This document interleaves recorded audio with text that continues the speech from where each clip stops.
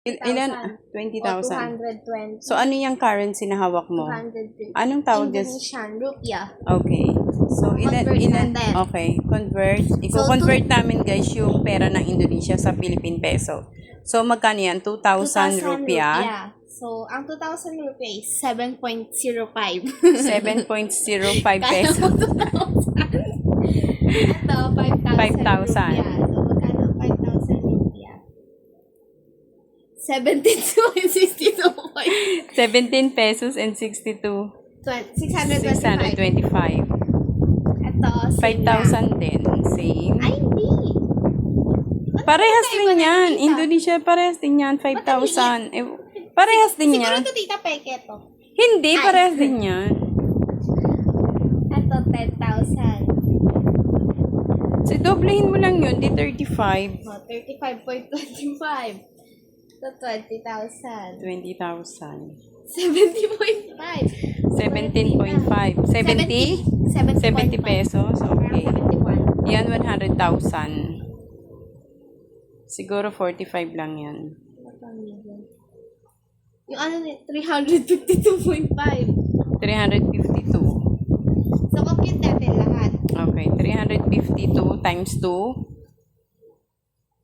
Ay, Ayun nga, 352.5 times 2 is... 352. Ano po yan?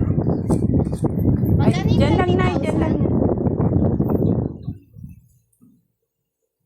17 yata. 70.5. 70.5. Tapos, 70.5. Ito, 10,000.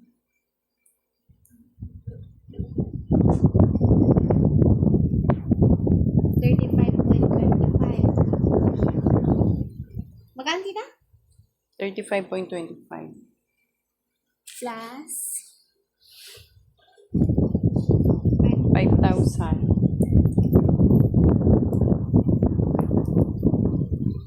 17.625. 17.625.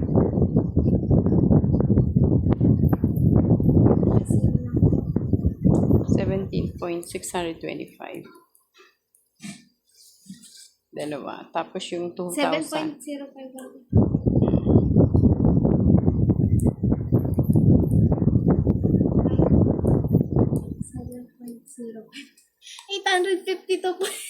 $852 pesos lang lahat yan.